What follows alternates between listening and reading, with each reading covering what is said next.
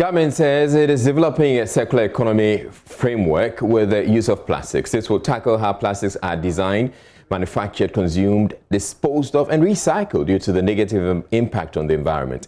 Sector Minister Professor Kwamna Frimpong made this known when he visited Nelplast Eco Ghana at Kubekrom in the Kpong Katamanso municipality. There's more in this report by correspondent Kwame Yanka. Plastic waste pollution has been one of the nightmares of successive governments. However, in the last few years, some young Ghanaians are changing the narrative, the use of plastic waste as raw materials. From production of building materials to fuel, they hope to help rid society of plastic menace. Ministry of Environment, Science, Technology and Innovation, as part of its mandate, is helping build capacity and streamline ideas of these minds. The ministry, over the past 3 years, has helped fine-tune ideas of Nelson Boateng, who is creating blocks, among other things, from plastic waste. Professor Frimpong Boateng was impressed with the brick house Nelson has built from plastic waste and sand. If we look at all the raw material that go into production of these blocks and pavement stones, it's staggering. You can see raw material from big companies like Nestle, the Milo and the milk, plastics, which cannot be recycled. But they come here to be converted into pavement stones. And one thing that surprised even me is the waste, So we ask ourselves, where do the waste end? And this is where they are. They're also going to be used in making pavement stones for the company that produces the waste in Ghana. I mean, as I said, when you see all these raw materials, then you begin to appreciate the admiration of the president that we need to work hard to make Ghana a very clean country. Professor Frimpong Boateng believes such innovations can be adopted at the national level to develop the country. And as he said, we don't want cheap products. We don't want bad things for our schools and so on.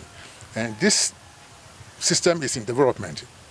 The interlocking bricks are solid, and it just told us that it's going to develop roofing material also from plastic, and also the ceiling buttons also from plastic. And when these are done, and then we can talk to the Minister for Works and Housing, there will be a demonstration house, and the experts will come and have a look at these things. When they are happy, then we can adopt the method into the construction of government or public property. We can't force the private sector to own it, but we can improve it so that we can use it. We have others who are also using the same plastic to produce diesel and petrol. We have others who are doing chairs and tables with this thing. So a lot of innovators. Meanwhile, Chief Executive Officer of Nelplast Eco Ghana, Nelson Boateng, says innovations from plastic waste are time-tested. Plastic waste has been a big challenge to us in the city mostly. So why I came up with this idea to use the plastic waste that we have in the city to solve the problems that we have in the villages, that schools under trees, and those that cannot afford houses that is costing about $20,000, $50,000.